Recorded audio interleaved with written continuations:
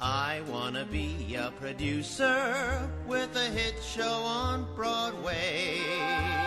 I wanna be a producer. Hey everybody, it's Ken. Listen, has this ever happened to you? Someone comes up to you the morning after a big opening and says, "Did you read the Times review?" And you didn't. Little awkward, right? You want to feel in the know? Well, that's why I started the website didhelikeit.com. Didhelikeit.com will tell you in a snapshot whether Ben Brantley or Charles Isherwood or whoever reviewed the latest show liked the show, hated the show, or just thought it was so-so. So check out didhelikeit.com, subscribe. You'll be the first one to know whether he liked it or not.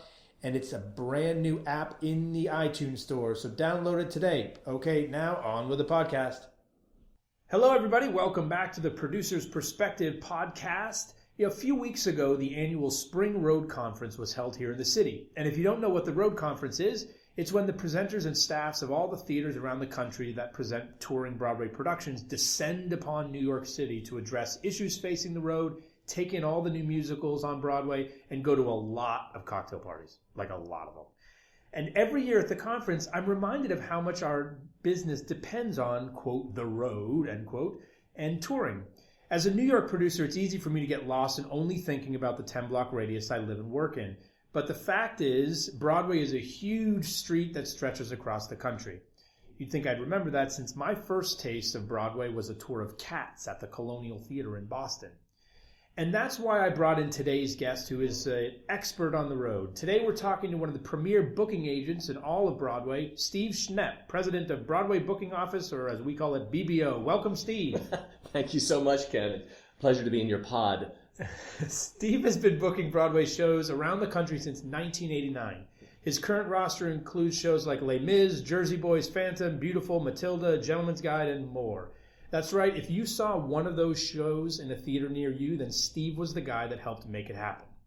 So Steve, I think of booking agents as the wizard behind the curtain for touring shows. We don't hear a lot about you, but you really do make a lot of these tours happen. Tell me, in your words, what does a booking agent do? What's your job? Well, we don't have little smart outfits, little wizard outfits, but just regular business wear.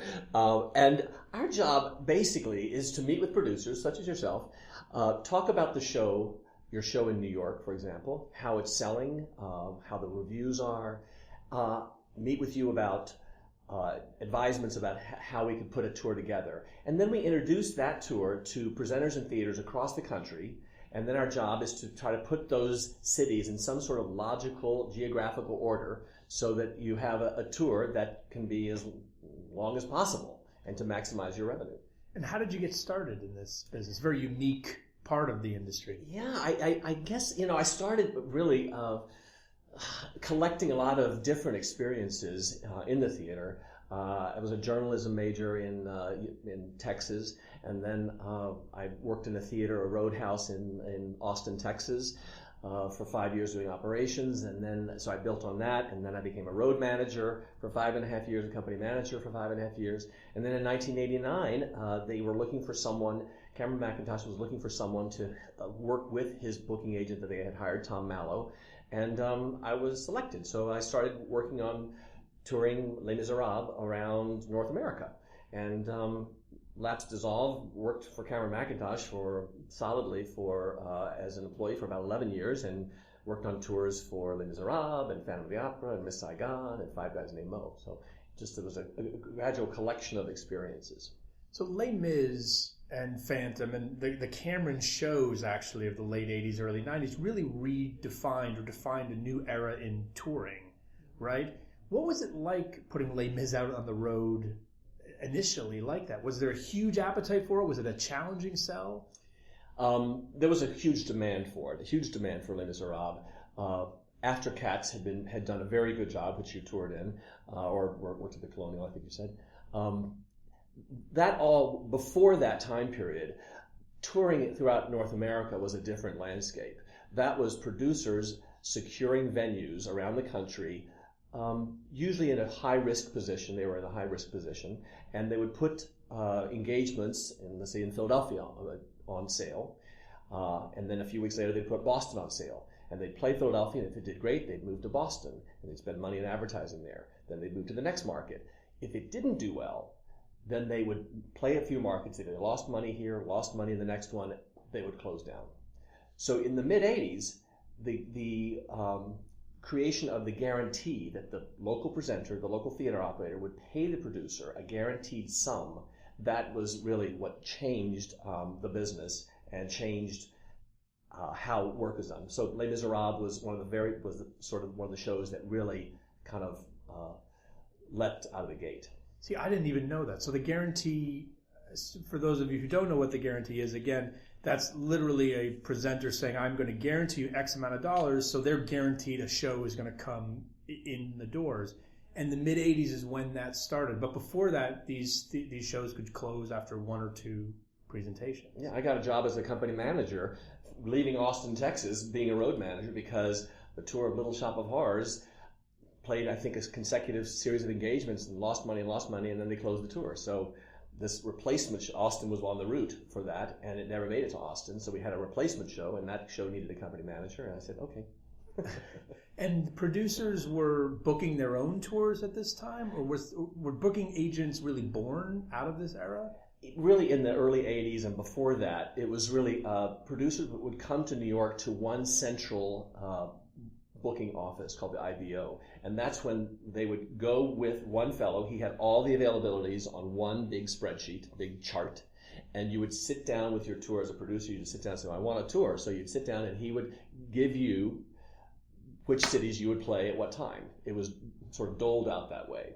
And then later on, booking agents, that was all dissolved. And then booking agencies were grown in the mid-'80s.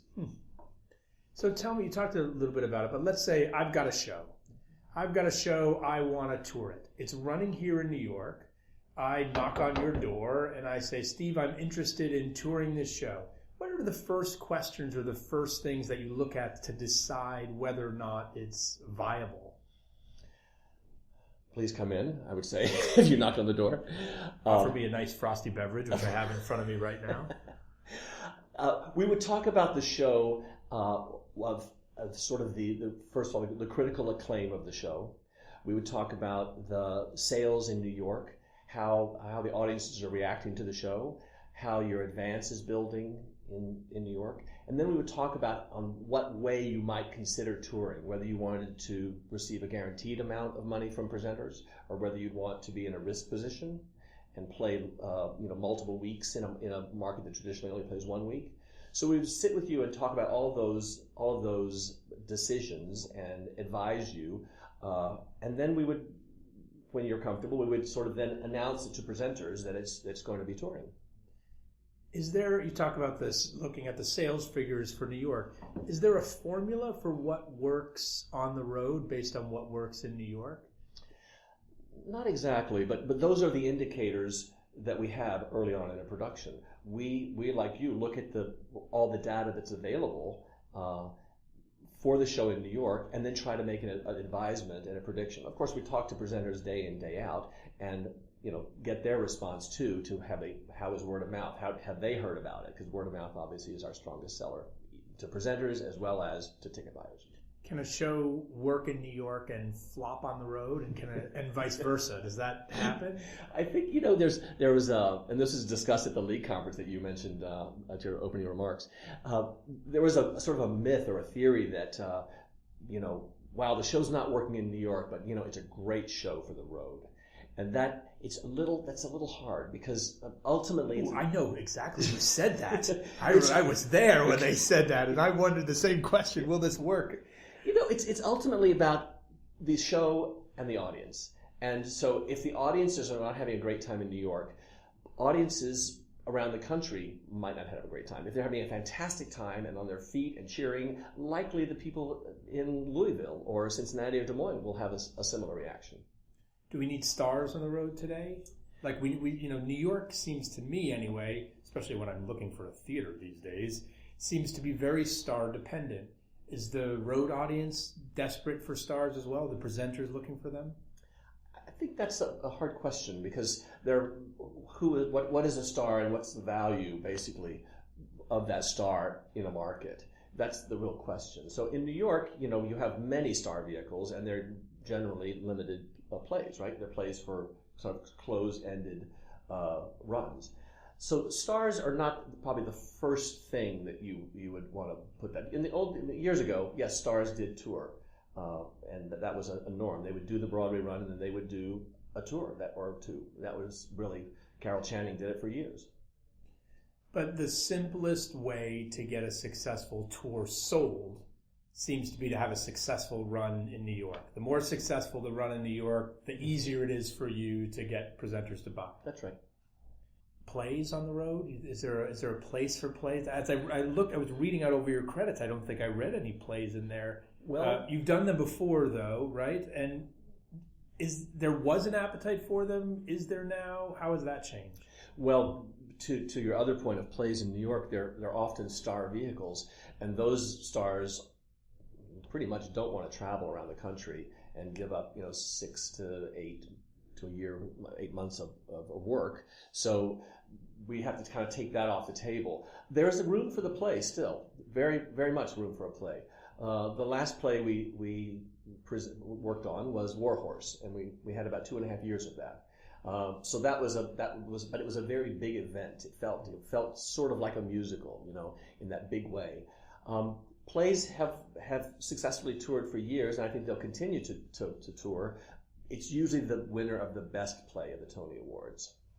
Yeah, it's funny you talk about War Horse being a big production, almost like a musical. I feel that way about Curious Incident right now. Like, I'm predicting that will tour. Regardless of what happens at the Tonys, I have a feeling that show, which again feels so big, that it will get out there. I hope you're right. I love that show. Yeah. Is it yours? We're working on the press and marketing of it. Oh, yeah. Well, there you go. What are the challenges facing the road today that you obviously, I don't talk to presenters every day, even when I'm doing tours, and I think it should be done more often, frankly. What are you hearing from presenters are their biggest challenges? Biggest challenges, presenters really want quality productions. They want quality productions, and their jobs are to put together a series of shows in a package that will attract subscribers to buy into that package. So I think they're in the interesting position of programming shows that and putting together an entire package that can be cost effective to their subscribers. That's probably the biggest challenge, I think, is the balancing act that the presenters do, having agents like me calling them on the phone, introducing ideas to them, and there's other agents too that do the same work. So it's trying to balance all of that, all of those concerns. But quality more than price, and more than guarantee. You think the first thing that they're interested in is making sure it's a top-notch show? Yes, I do believe that. Quality equal to and price as well. Yeah, but that's, interestingly enough, I asked that question again because that seems to me the same issues that our audience goes through. Mm-hmm. Even, we talk about how expensive Broadway tickets are, but the fact is they want a great show, and when there's a great show, they'll pay $150, $200 for it. That's right.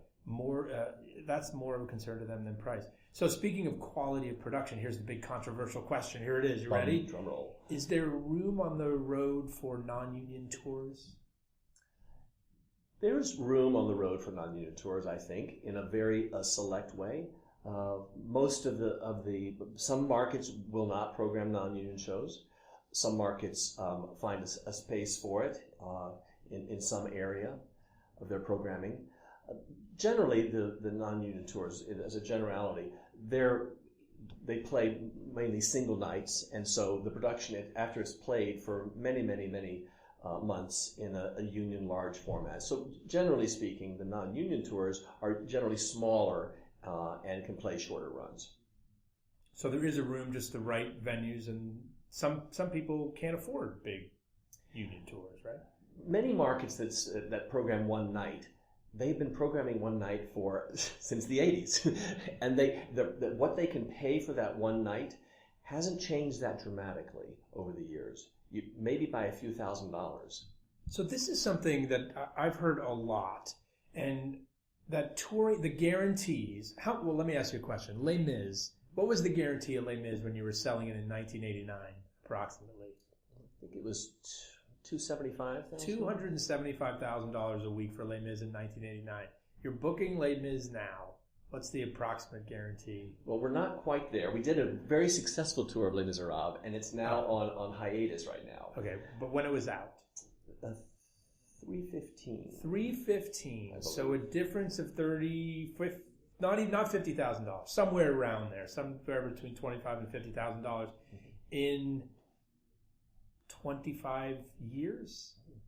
That's not a big increase in that guarantee. That's right. Why? You would think. Look, what were our ticket prices on Broadway in that era? $50. The top on the road when Les Mis first toured, I think was probably in the 50s, like 50 something, because I remember Phantom kind of helped break that margin into $60 in some markets. And top now on the road? It's high. Over 100? In some markets based on dynamic pricing. So ticket pricing has gone up just like Broadway, but the guarantee has not. 8 years ago is really when dynamic pricing really hit the road. That's really when theaters around the country, in big markets and medium-sized and small markets, all sort of embraced this changing the price point up and down to accommodate demand. It's a huge thing now. Yeah, so I've heard this at many road conference from many a producer and a general manager screaming about how the guarantees have not increased at the appropriate level, percentage since the beginning. And of course, presenters, in their defense, have been jumping up and down saying, you want to try to keep a subscription model together in 2015? And I promise all of you right now, we're going to have a presenter on this podcast coming up because I want to hear their side of the story, which I think is a very good one. It's an excellent. So they do a lot of work. But it is fascinating how the business, that's how much it's changed, is that the financial model is so different now. What are the other big changes you've seen in the past 25 years on the road that are affecting the way tours are booked or sold? Well, as I mentioned before, the birth of the guarantee was a change in the road. The other big change has been generally the increase in subscription sales in all of the markets. Cleveland now has a 2-week subscription footprint, and they have 32,000 subscribers. That's a lot. It's really good. So the subscriptions have grown. More people, and that's primarily because I think more people that are not used to coming to the theater come to the theater, have a good time, and decide to subscribe. What's also changed in the last 25 years, I guess, is the mega musical there's more of them. In the 90s, Les Miserables was out. Then Phantom of the Opera came out. Then Miss Saigon came out. And those all had their courses and so forth, and they would return to markets which would invite single ticket buyers into those markets and get them to sign up for subscriptions. Now, it's not just 1 or 2 mega musicals touring around. It's Lion King, it's Wicked, Book of Mormon, Jersey Boys. Those are all out there as well. So that has helped the road a lot, in addition to having fresh group of shows every season coming on subscription sales. Is there, in the era of these mega musicals, is there room for something small that no one's ever heard of, maybe that doesn't win an award that's totally original? How does that sneak into these seasons?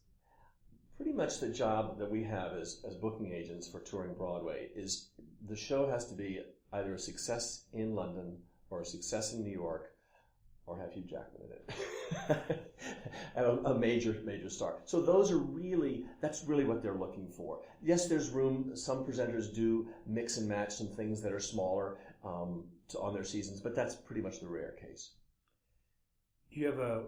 Let's go into the closet and find some dirty road story, if you will. What's the worst road story you could think of? Trucks collapsing on the highway? Any crises? Any fun stuff that you can remember? Well, as a road manager, I do remember having we had the Radio City Rockettes on a tour. We broke down in Iowa. I remember being on the bus, watching outside the window and seeing this wheel roll past us. It was our wheel for the bus rolling past us.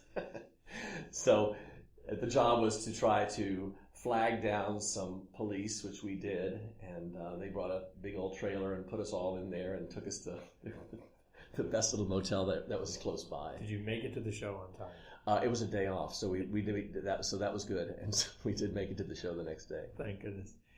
You've worked with a lot of producers, obviously.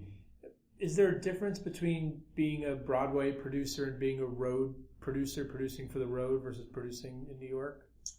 I think, I love all the producers we work with. They each have their own personalities, their own set of experiences, their own interests in how much detail they want to know about touring, about the routes and so forth. So we try to fit each producer, give them the information that they want. And what if you could design your version of the perfect producer for the road? What are the characteristics that person would have? Well, it's pretty much soup to nuts. It's a grasp with the artistic, a grasp with what's happening on stage,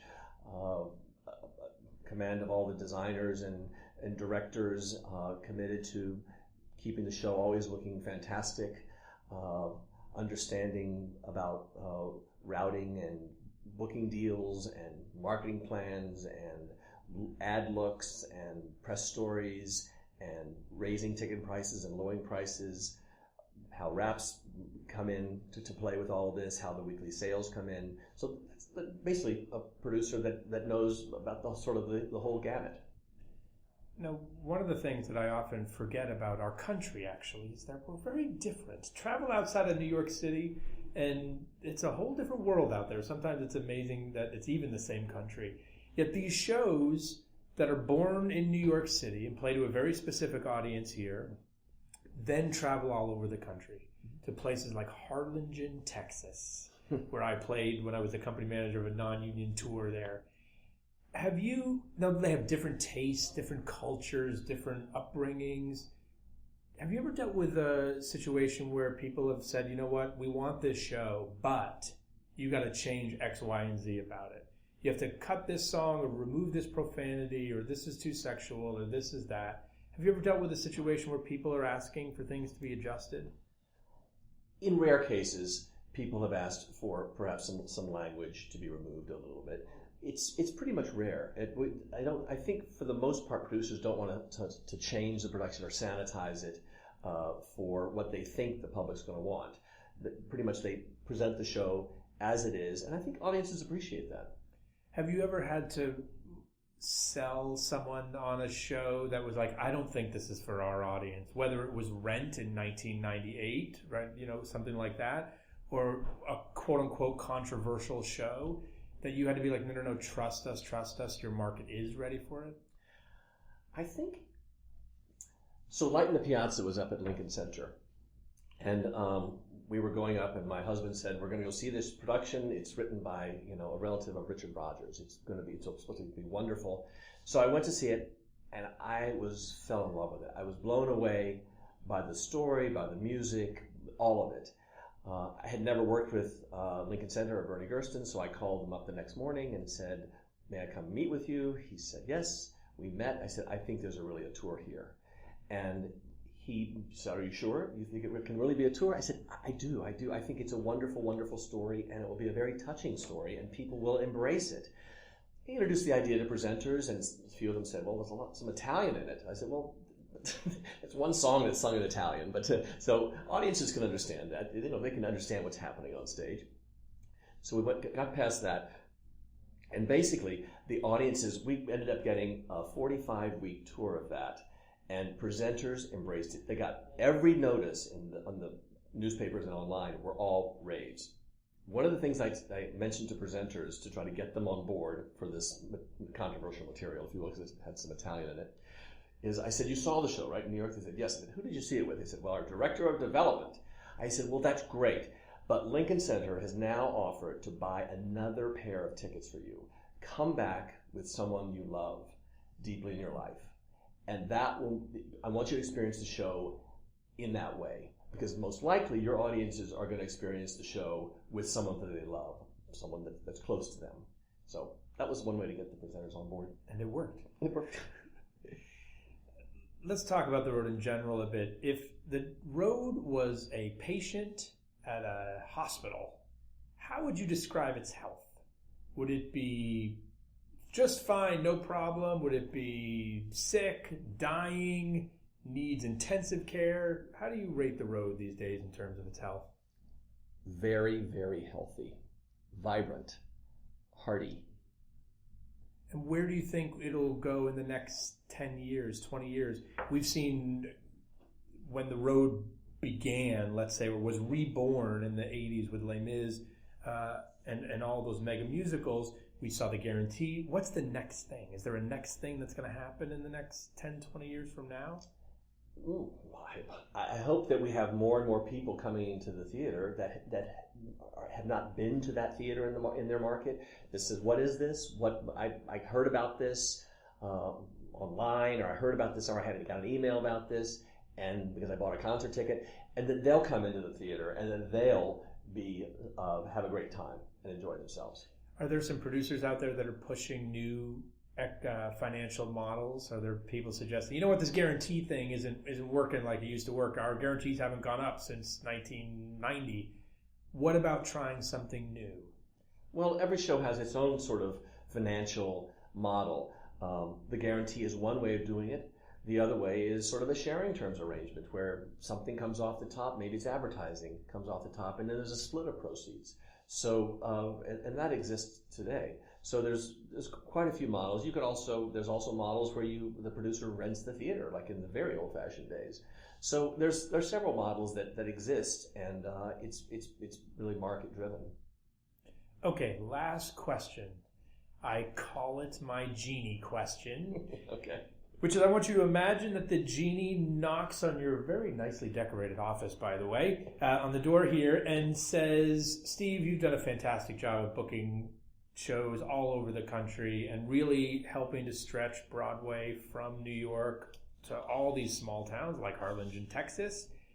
I'm going to grant you one wish.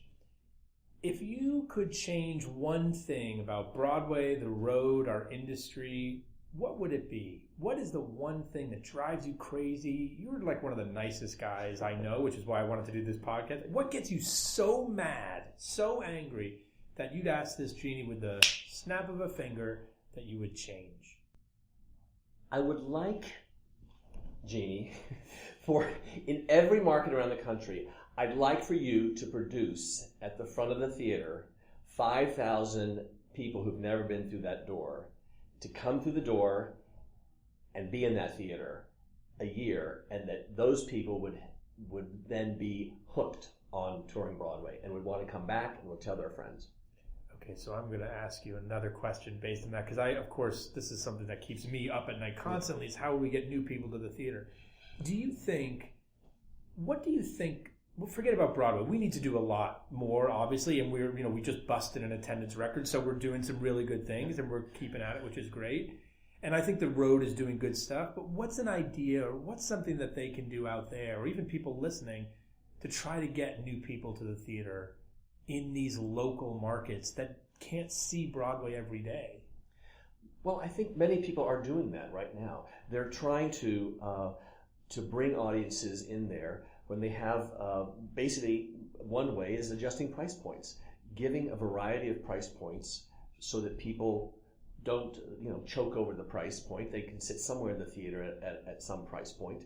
The goal, to sell sort of the upstairs seats, and the orchestra's already sold down there, so you're putting pressure then on the middle seats to be sold. So if you can move those balcony seats first, as well as the orchestra, which goes always first, then you're giving more opportunity for more people to come into the theater.